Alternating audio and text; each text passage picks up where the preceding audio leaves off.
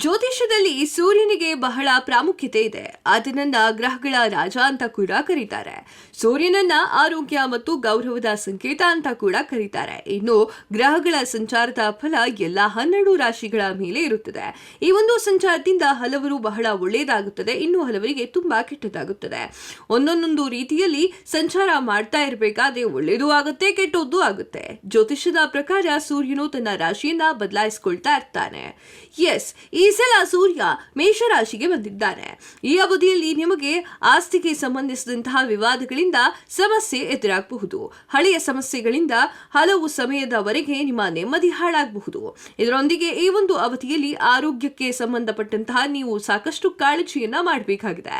ನಿಮಗೆ ಕೈ, ಕಾಲು ಹಾಗೂ ಕಣ್ಣಿಗೆ ಸಂಬಂಧಿಸಿದಂತಹ ಸಮಸ್ಯೆಗಳು ಈ ಒಂದು ಸಮಯದಲ್ಲಿ ಬರಬಹುದು. ಎರಡನೇದಾಗಿ ಮಿಥುನ ರಾಶಿ, ನಿಮ್ಮ ಸಂಬಂಧಗಳು ಹದಗೆಡಬಹುದು. ಹಾಗೆ ಈ ರೀತಿಯ ಅವಧಿಯಲ್ಲಿ ಮಿಥುನ ರಾಶಿಯ ಜನರು ಯಾವುದೇ ರೀತಿಯ ತಪ್ಪು ಕೆಲಸವನ್ನ ಮಾಡದೇ ಇರುವುದು ಒಳ್ಳೆಯದು. ಈ ಒಂದು ಸಮಯದಲ್ಲಿ ನೀವು ವಿವಾದಗಳಿಂದ ದೂರವಿರುವುದು ಉತ್ತಮ. ಹಾಗೆ ಈ ಒಂದು ಅವಧಿಯಲ್ಲಿ ಅನಗತ್ಯವಾಗಿರುವಂತಹ ವಿಚಾರಗಳಿಗೆ ಓಡಾಡಬಹುದು. ನಿಮ್ಮ ಸಮಸ್ಯೆಗಳಿಗೆ ಕಾರಣಗಳು ನೀವೇ ಆಗಿರ್ತೀರಾ. ಆ ಒಂದು ಸಮಸ್ಯೆಯನ್ನ ನೀವೇ ಪರಿಹರಿಸಿಕೊಳ್ಳಬೇಕು.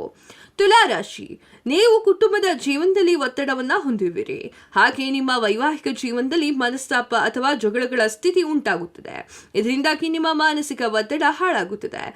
ಈ ಒಂದು ಸಮಯದಲ್ಲಿ ತುಲಾ ರಾಶಿಗೆ ಸೇರಿದಂತಹ ಜನರು ಸಂಗಾತಿಯೊಂದಿಗೆ ಯಾವುದೇ ವಿಚಾರಕ್ಕೂ ಕೂಡ ವಿವಾದವನ್ನ ಮಾಡಿಕೊಳ್ಳಬಾರದು.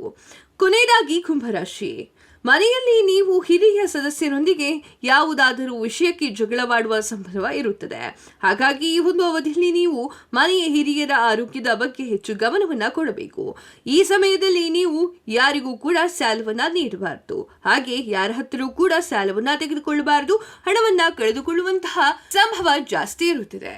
ಕ್ಷಣ ಕ್ಷಣದ ಸುದ್ದಿಗಳಿಗಾಗಿ ಫ್ರೀಡಂ ಟಿವಿ ಸಬ್ಸ್ಕ್ರೈಬ್ ಮಾಡಿ, ಲೈಕ್ ಮಾಡಿ ಹಾಗೂ ಫಾಲೋ ಮಾಡಿ. ಹೊಸ ಸುದ್ದಿಗಳ ನೋಟಿಫಿಕೇಶನ್ಗಾಗಿ ಬೆಲ್ ಐಕಾನ್ ಮೇಲೆ ಕ್ಲಿಕ್ ಮಾಡಿ.